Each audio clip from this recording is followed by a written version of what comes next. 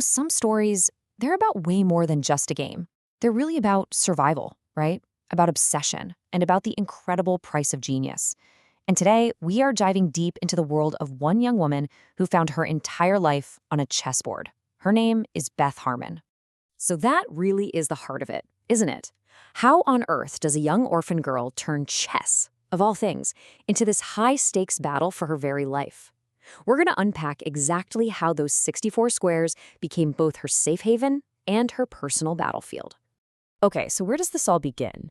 Well, it starts with an absolute tragedy. Beth Harmon is just 9 years old when she survives this horrific car crash that kills her mother.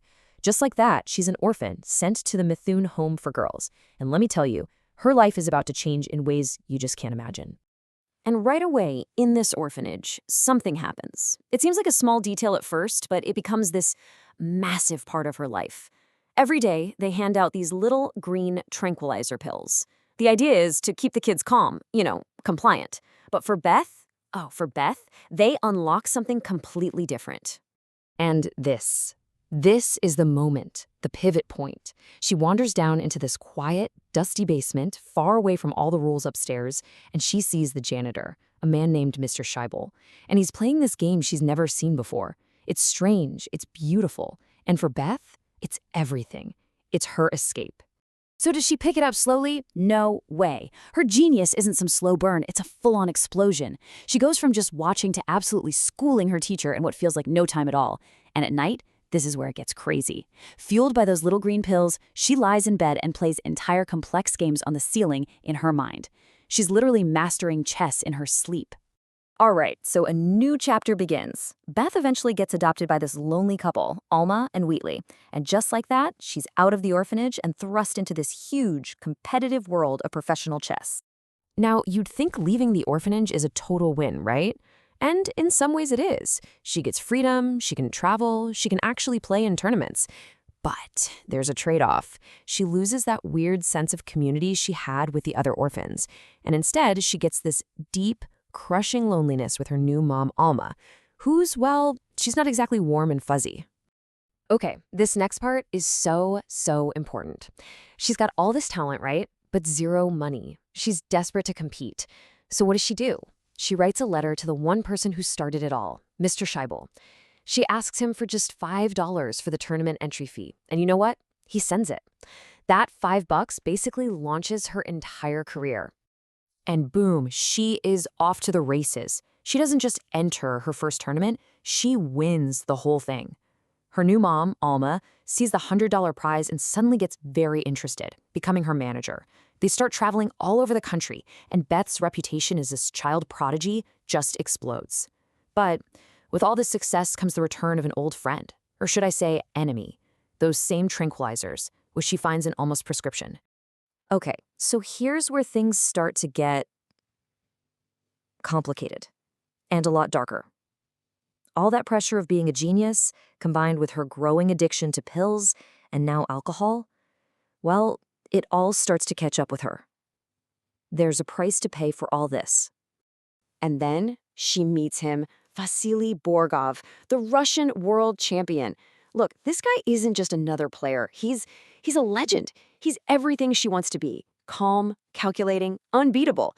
He's basically the final boss, and she's about to face him for the very first time in Mexico City. And how does it go? It's a total disaster, an absolute train wreck. She's hungover, she's anxious, she's just completely intimidated. She doesn't just lose, she gets absolutely demolished.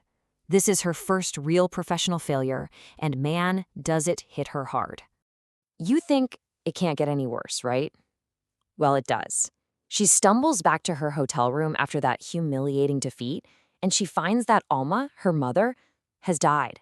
So in the span of just a few hours, she's crushed professionally and then gets hit with this devastating personal tragedy. It's just one blow after another. And now she is just alone. Completely. Utterly. Defeated in chess. An orphan all over again. With nothing left but the pills and the booze. This is rock bottom. But wait, the story isn't over. Not by a long shot. You know, in chess, a gambit is when you sacrifice a piece to get a better position. And that's exactly what Beth has to do now. She has to sacrifice her biggest piece, her fierce, I don't need anyone independence, to gain the one thing that can actually save her: help. And so this sort of unlikely team starts to assemble around her. I'm talking about old rivals, friends, people from her past, guys she beat, guys who beat her.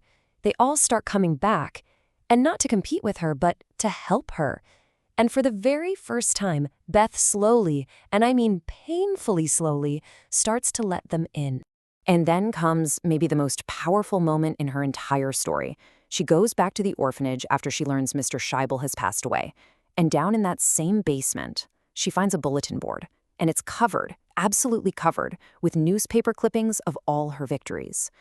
That quiet janitor had been following her career the whole time. He was her biggest fan.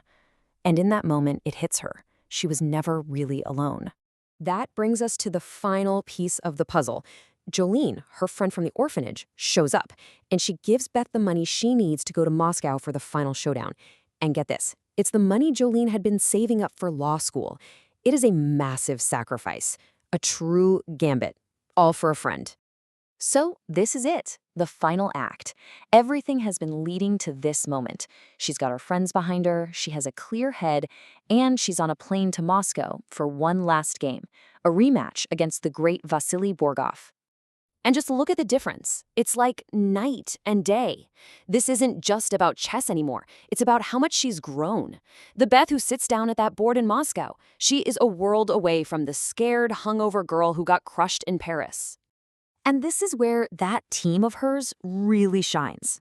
The final game gets adjourned, paused overnight, and thousands of miles away, back in America, her friends, Benny, Harry, all of them, they pull an all-nighter, analyzing the board, finding a way to win. They call her with their plan. See, she's not a lone wolf anymore. She's the leader of a pack. And here it is, the moment of pure triumph. During the game, she looks up at the ceiling, just like she did as a little girl, and the board appears in her mind clear as day. But this time, no pills, no alcohol, it's all her. She finally realizes the genius, the power, it was inside her all along. And with that clarity, she sees it, the path to victory. She plays the final moves and she beats Borgov. She's done it. After all the pain, all the struggle, she's the world champion. So, we circle right back to where we started, with a big question. Beth's journey really makes you think, doesn't it? Is the price of genius always going to be isolation and pain? Or, and I think this is the real heart of it, did she only become a true champion when she finally understood that her greatest strength wasn't her mind alone, but the connection she made with the people who cared about her?